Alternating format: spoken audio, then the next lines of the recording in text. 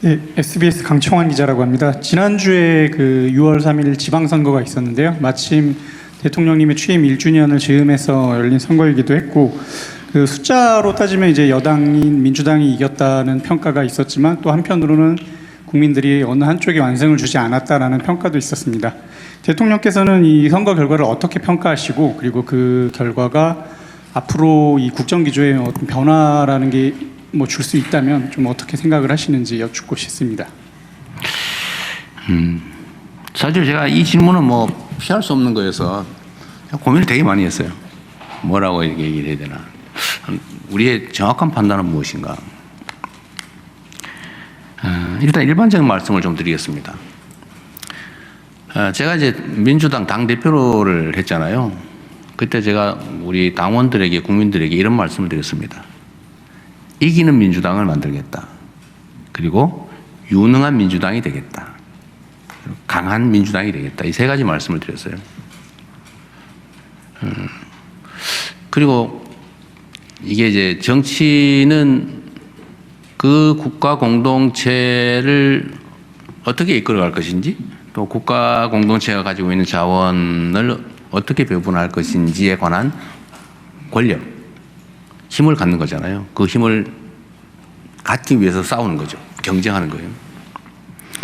그런데 이 힘을 갖기 위해서, 즉 뺏기 위해서 도전하는 야당이라고 하는 당이 있고, 똑같은 당인데 그런 입장이 있고, 근데 그 권한을 가진 소위 집권당이라고 하는 입장이 있는데, 그거는 이기면 그 권한을 갖고 위치가 바뀌는 거죠. 당이란 뭘 해야 되는 건가? 저는 집권했을 때 당과 야당이었을 때 당이 달라야 된다고 봐요. 그러나 본질은 똑같아요. 끊임없이 국민을 설득하고 지지층을 넓히고 그리고 선거 국면에서는 우리 지지층들이 그 의사를 표명해서 당신들이 권한을 가져. 당신들이 이 살림을 맡아. 라고 하는 사람이 더 많게 만드는 거죠. 그건 똑같아요. 근데 구체적인 대응 양상은 집권했을 때와 야당일 때가 다르다고 저는 봅니다. 야당일 때는 막 공격하면 돼요. 그게 커요, 비중이. 끊임없이 우리가 이 집권을 했을 때는 우리가 이런 모양으로 이렇게 하겠다라는 걸 비전을 제시하죠. 끊임없이. 그리고 행동 속에서 그게 저거 진짜네 라고 보여줘야 됩니다. 그러나 비중에 있어서는 이미 집권하고 있는 쪽을 공격을 해야죠. 예를 들면 큰 들판에 성 같은 거죠. 성. 그 성을 누가 차지할 거냐. 성벽을 기어 오르고 성을 차지하는 공격하는 입장하고 성을 지키는 입장은 방식은 완전히 다르죠. 끊임없이 자신들의 지지 계층을 넓혀야 되는 것은 정당의 운명이죠. 그런데 집권당이 되면 저는 구체적으로 예를 든다면 야당은 창을 잘 써야 돼요. 잘 찔러야 돼요. 그런데 여당은 그릇이 돼야 됩니다. 걱정하지 마세요. 우리가 잘할게요. 지금 이렇게 했지만 앞으로 더 잘할게요. 좀 들어오세요. 성 안으로 들어오세요. 그래서 성 안으로 들어오는 사람들이 전에는 막 욕하던 사람일 수도 있고요. 우리하고 색깔이 다른 사람일 수도 있고 생각이 다른 사람일 수도 있어요. 그러나 그 사람들을 최대한 많이 모아서 통합이죠. 포용, 통합. 그런 역할을 잘해야 된다. 근데 집안에 들어오는 사람한테는 내가 원래 우리 색깔은 이거야. 너 배고파서 들어왔지? 너 얻어먹을 게 있어 온 거지? 너 언제든지 나가가지고 배신할 거지? 라고 모욕을 하면 그게 되겠습니까? 저는 그게 차이라고 봐요. 그러나 야당일 때는 흩어지면 안 되니까 최대한 결속을 시켜서 대오를 유지하고 공격을 잘하면 되죠. 그게 크죠. 비중이. 그것만 하면 되는 게 아니라. 어쨌든 저는 여당과 야당의 차이, 집권당과 도전하는 야당의 차이는 그런 거라고 봅니다. 유능해야 되는 건 너무 당연하고요. 근데 강한 정당이 될 때 그 강함이 대체 뭘까? 제가 생각하는 강함이란 외유내강한 것이죠.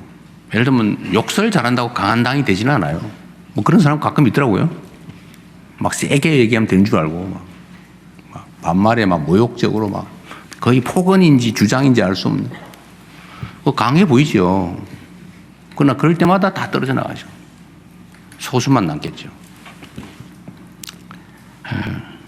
그건 강한 게 아니다. 진짜 강한 거는 바다 같은 거라야 되는 거죠. 다 받을 수 있어야죠. 다른 건 원래 당연한 거야 라고 생각해요. 아니 뭐 쌍둥이도 다른데 이해관계를 달리하는 사람들 또는 이념과 가치가 다른 살아온 과정이 다른 사람들이 어떻게 똑같을 수 있겠어요. 다른 게 너무 당연하지. 근데 그 다름을 막 강조하면 다 적군되죠. 똑같은 사람 찾으면 결국 나밖에 안 남아요. 다 다르잖아요. 끊임없이 같은 점을 찾으려고 노력해야 되고. 저는 그게 정치라고 봅니다. 특히 집권을 했을 때는 더더욱 그래야죠. 뭐 과격한 표현이나 뭐 색채를 구분한다든지 사상 검열을 한다든지 이해관계를 가지고 모욕한다든지 이래버리면 안 된다는 게 제 생각이에요. 그럼 이겼냐 졌냐 뭐 기준에 따라 다 다르죠. 숫자가 과반이 넘으면 이긴 건가 10개를 넘으면 이긴 건가 그럼 기준 따라 다 다르죠. 판단 주체 기준 따라 다 다릅니다. 근데 이길 거를 졌다 또 이겨야 되는 곳을 졌다고 하면 그 문제가 다르죠.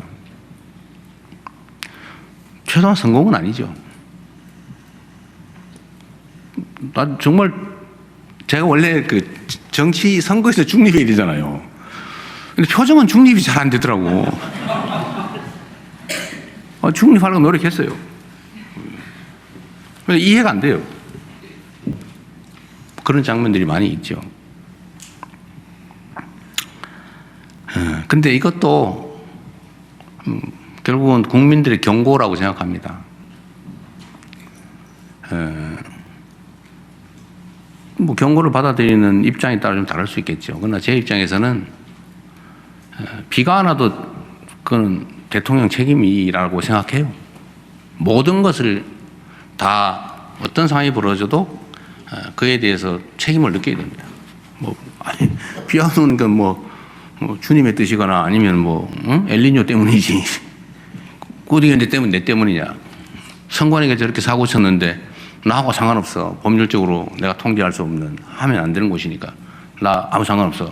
라고 할 수 없는 거죠. 대한민국에서 벌어지는 모든 문제는 제가 감당해야 될 몫입니다. 그리고 거기에 대해 대책을 만들어내야 되고 어떻게든지 시정해야 되고 지방선거에 대해서도 저는 도대체 납득할 수 없는 상황이 벌어지긴 했지만 그조차도 우리 국민이 저에게 또는 이 정권에 주는 경고다. 더 낮은 자세로 더 겸손해야 된다. 그런 거 있지 않습니까? 국민은 하늘이죠. 저는 실제 그렇다고 생각해요.